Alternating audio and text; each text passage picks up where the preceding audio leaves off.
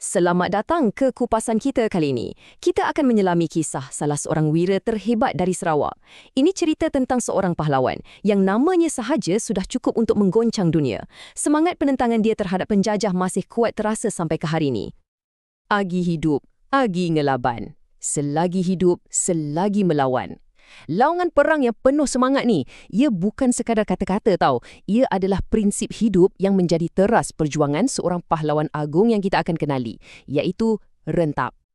Baiklah, jom kita mulakan. Siapa sebenarnya Rentap ni yang digelar penggoncang dunia? Dan apa sebenarnya yang menyalakan api perjuangan dalam dirinya sampai dia jadi legenda penentangan terhadap rejim Brok?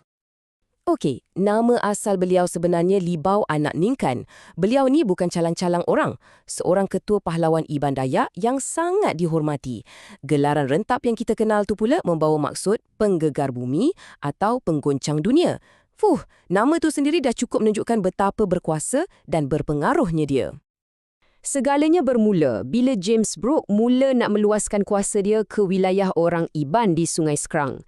Dia bina satu kubu di Nangas Skrang. Kubu ni, ia bukan sekadar bangunan biasa, tapi satu simbol. Simbol yang nak tunjukkan kuasa dan nak kawal kebebasan mereka. Bagi Rentap, ini adalah satu pencerobohan yang tak boleh dibiarkan. Jadi, Rentap pun bertindak balas. Pada tahun 1853, dia memimpin serangan ke atas kubu Brok tu. Pertempuran ni memang sengit. Dalam serangan tu, seorang pegawai Brok, Alan Lee, terbunuh. Brok, bila dapat tahu, balasannya sangat kejam. Mereka bakar 20 buah rumah panjang orang Iban. Peristiwa inilah yang memulakan konflik yang lebih besar dan memaksa Rentap untuk berundur dan menyusun strategi baru. Selepas pertempuran tu, Rentap tahu dia perlukan satu kubu yang lebih strategik. Jadi, dia berundur ke satu lokasi yang kemudiannya akan jadi saksi penentangan paling epik menentang Brok, iaitu Kubu Bukit Sadok. Pemilihan lokasi ni memang bijak. Di puncak gunung yang tinggi, dikelilingi pula oleh tebing-tebing curam, Rentap membina sebuah kubu yang direka khas supaya jadi kebal. Hampir mustahil untuk mana-mana musuh tawan. Dekat sinilah kita nampak kehebatan strategi Rentap. Cuba bayangkan, kubu ni dikelilingi tebing curam, jadi memang susah nak panjat. Laluan masuk cuma ada satu je, itu pun sempit. Lepas tu, ia dilindungi pula oleh pagar kayu belian setebal 2 kaki. Kayu ni orang panggil kayu besi tau sebab keras sangat. Dan sebagai pertahanan utama, ada meriam keramat yang digeruni, bujang timpang berang. Memang mantap! Bagi rejim Brok, kubu Bukit Sadok ni bukan sekadar halangan biasa. Ia adalah satu simbol penentangan yang memalukan mereka.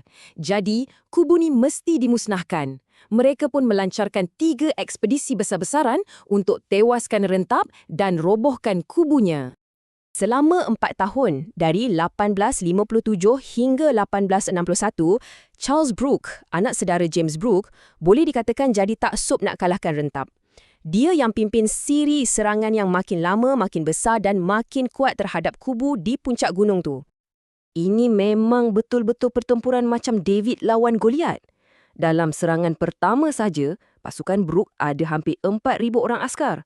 Pahlawan Rentap pula, jauh lebih sikit bilangannya. Dari mula lagi dia dah hadapi musuh yang jauh lebih ramai. Tapi dalam serangan pertama pada tahun 1857 tu, sesuatu yang luar biasa terjadi. Walaupun bilangan mereka sikit, pahlawan Rentap berjaya pertahankan kubu. Tentera Charles Brooke yang besar tu terpaksa berundur dalam kekalahan. Satu kemenangan yang menaikkan semangat juang para pahlawan Iban. Setahun kemudian, pada 1858, Brooke datang balik. Kali ini dengan 3,500 askar dan senjata yang lagi berat, termasuk meriam 6 paun. Tapi, sekali lagi, mereka gagal.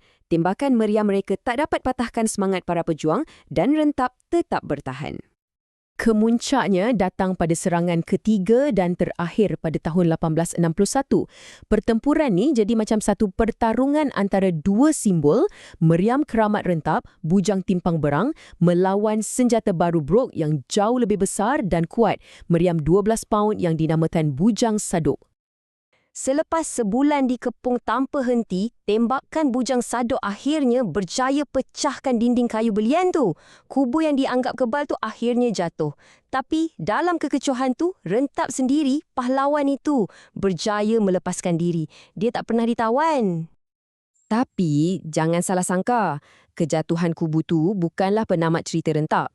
Sebaliknya, ia adalah permulaan babak terakhir perjuangannya. Satu babak yang membuktikan semangatnya memang tak pernah tunduk. Dia mungkin dah hilang kubunya, tapi ada satu benda yang dia tak pernah hilang, maruah dia. Rentap berundur, ya, tapi dia tak pernah menyerah. Sekalipun dia tak pernah tundukkan kedaulatannya kepada rejim Brooke. Agi berdarah, agi ngelaban. Selagi ada darah, selagi itu melawan. Inilah janji yang pernah dilaungkan dari dinding kubunya. Dan inilah janji yang dipegang oleh Rentap sampai akhir hayatnya.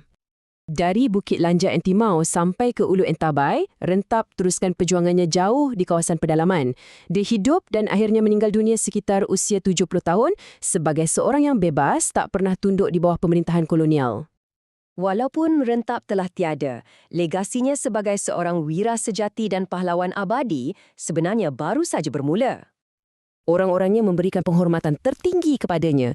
Jasadnya tak dikebumikan macam biasa. Sebaliknya, dia letakkan dalam sebuah pondok khas sebelum tulang-tulangnya disimpan dalam tajau suci. Dalam tradisi Iban, ini adalah penghormatan paling tinggi, khas untuk pahlawan dan bangsawan teragung. Dulu dan sekarang, nama Rentap kekal jadi simbol keberanian daripada seorang pahlawan di puncak Bukit Sadok hinggalah diiktiraf sebagai pahlawan negara. Dia adalah lambang perjuangan untuk kebebasan yang tak pernah padam. Kisah hebat ni buat kita terfikir kan, nilai-nilai macam keberanian dan ketabahan Rentap ni, adakah ia masih penting dalam hidup kita sekarang? Mungkin semangat Agi hidup, Agi ngelaban tu boleh jadi inspirasi untuk kita hadapi cabaran kita sendiri. Dan akhir sekali, cuba kita renungkan.